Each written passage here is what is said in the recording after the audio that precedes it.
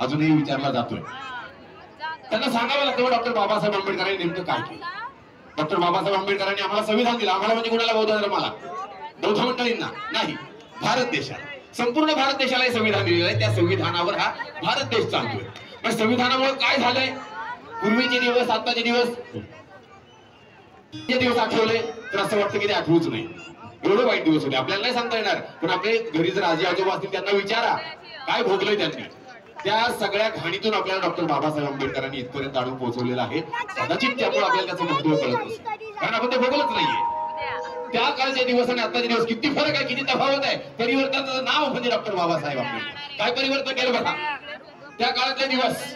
म्हणजे तेव्हा एखादा महार, पूर्वीचे आपण महारच, एखादा महार एखाद्या पाटलाच्या शेतात दिवसभर राबायचा, काहीतरी काम करायचा। ते काम केल्यानंतर संध्याकाळ झाली की तोच महार त्या पाटलीनबाईच्या दारात उभा राहायचा, बाहेर जिथे कुत्र बांधलेलं असायचं तिथे उभा राहायचा आणि आवाज द्यायचा, पाटलीनबाई काय असेल शिळा पाकात तुकडा तर वाडा किंवा गरीबाच्या झोळीत। दिवसभर मेहनत केल्यानंतर, लाकडं फोडून दिल्यानंतर, शेतीतलं काम केल्यानंतर संध्याकाळी तो महार जाऊन तिथे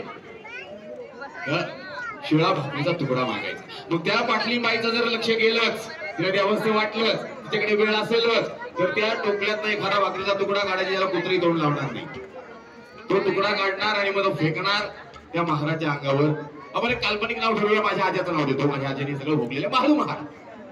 त्या महादू महाराजा अंगावर फेकायचा आणि मग तो महादू महार तो तुकडा घेऊन घरी यायचा। पुढे काय झालं? दिवस बदलले, परिवर्तन झालं। डॉक्टर बाबासाहेब आंबेडकरांनी घटना लिहिली। पुढे झालं असं की तोच पाटील पुढे निवडणुकीला उभा राहिला। निवडणुका सुरू झाल्या, पाटील राहिला निवडणुकीला उभा। दिवस बघा कसे बदलतात। मग तोच पाटील त्या महादू महाराजा दारात आलाय आणि महादू महाराला आवाज देतोय, ए महादू, अरे तुझं गरीबाचं एक मत टाक की रे या पाटलाच्या झोळीत।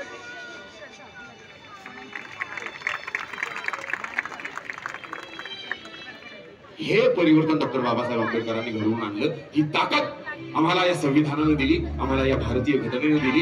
आणि म्हणून सांगावं असं वाटतं की काय डॉक्टर बाबासाहेब आंबेडकरांनी दिलं। मेरे भीम जी ने हमें बलवान बना डाला, मेरे भीम जी ने हमें बलवान बना डाला, कोई हिला न सके ऐसी चट्टान बना डाला। मेरे भीम जी ने हमें बलवान बना डाला, कोई हिला न सके ऐसी चट्टान बना डाला। मेरे भीम जी के संविधान का करिश्मा तो देखो मित्रों, एक चाय बेचने वाले को इस देश का प्रधानमंत्री बना डाला।